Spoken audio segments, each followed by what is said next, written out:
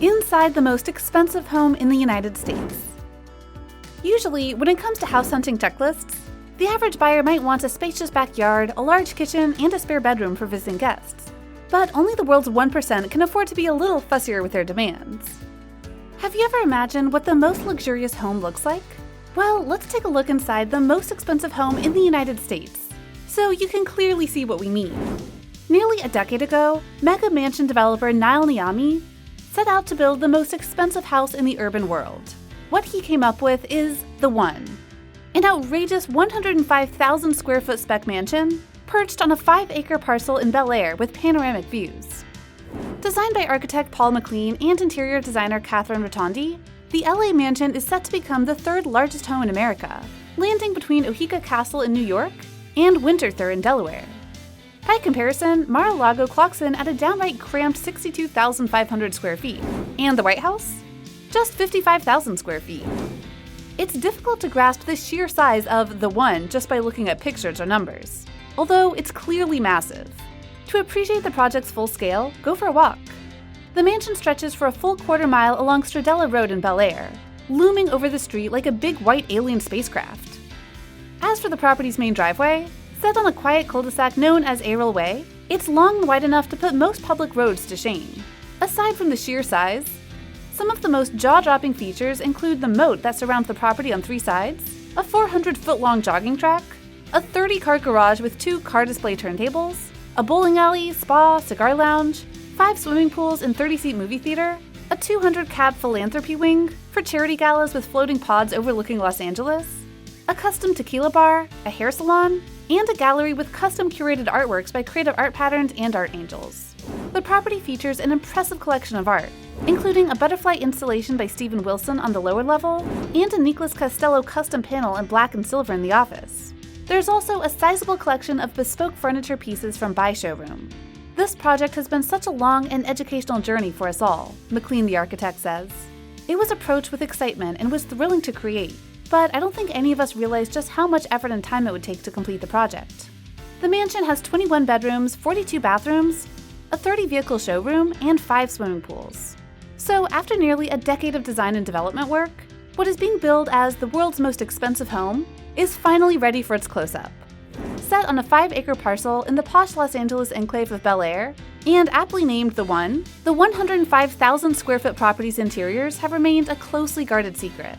This project felt exciting and simultaneously intimidating, says McLean. But the home's impressive site and his long-standing relationship with Niami persuaded McLean not to just take on the project, but to create something unique and spectacular. With its 26-foot high ceilings, the home's main entrance leads to an array of gathering areas with panoramic 360-degree views of the Pacific Ocean, downtown Los Angeles, and the San Gabriel Mountains. The entry area is filled with water, along with a sculpture and bridge. Water is something we often use in our design process, because it allows for sensory change that helps you adjust to your surroundings, says McLean. The use of black, white, and gray throughout the home was based on Niami's desire to have a neutral palette that would allow the landscape and panoramas to shine. Drawing inspiration from the surrounding environment and history of Los Angeles modernism, McLean has connected the home's inside with the outside to provide that quintessential LA living but on a bigger scale, he describes. To allow the home to feel livable, we separated the entertainment spaces from the living areas. The former are located at the lower level, and this creates a plinth for the rest of the house to sit on, and reduces its apparent mass. Along with Niami, Rotondi, founder of KFR Design, worked on the interior design to shape distinctive spaces that flow into one another despite the grandness of the house.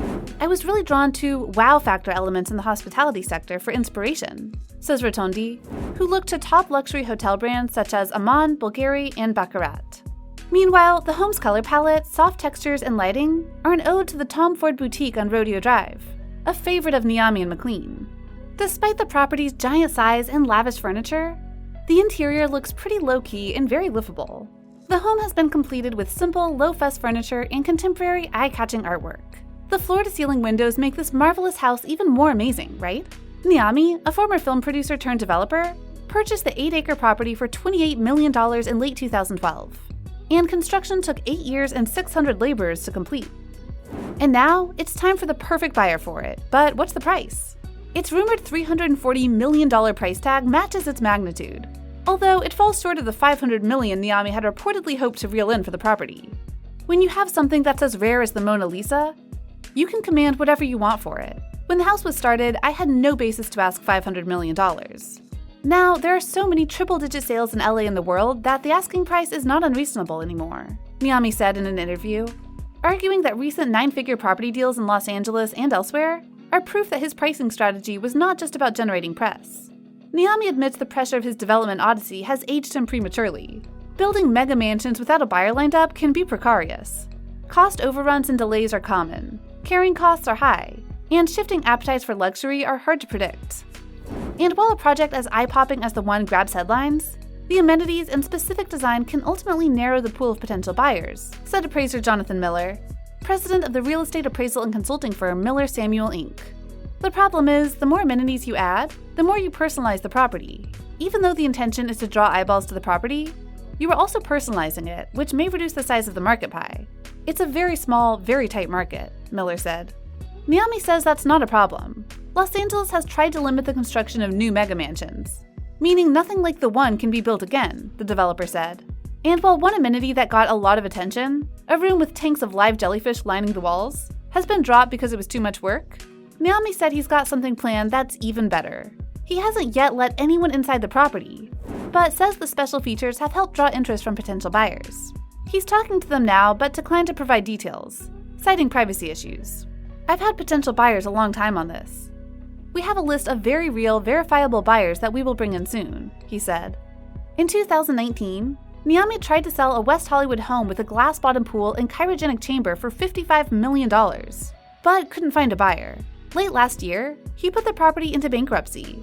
All his homes boast otherworldly amenities, champagne vaults and animal skeletons, for instance. But in terms of raw ambition, the one takes the cake. Even among the colossal estates of Bel Air, the house is over the top. Niami has 2 additional multi-million-dollar projects in Bel Air. On a neighboring hillside, another of his properties, 10701 Bellagio Road, took 3 price cuts after being listed in 2018 for $65 million.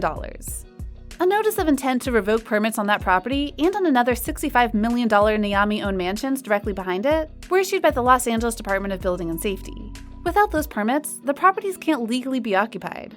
After several meetings, the issues are close to being resolved, according to a spokesman for the Los Angeles Department of Building and Safety. Still, the properties have been taken off the market, he said.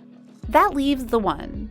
Niami took out a 2-year, $82.5 million loan from Henke Capital, which specializes in high-interest bridge financing, to help finish the construction. He's currently on the debt payments and faces a deadline to repay the money, according to Henke. Niami declined to comment on the rate of his loan. The one is absolutely no issue. The value is definitely there, Niami said. What do you think about the most expensive home in the United States? Do you think it will be sold this year? Let us know in the comments down below. Make sure you subscribe to our channel and turn on your post notifications, so you never miss a video from us. If you like this video, don't forget to give it a thumbs up. See you in the next video. Thanks for watching.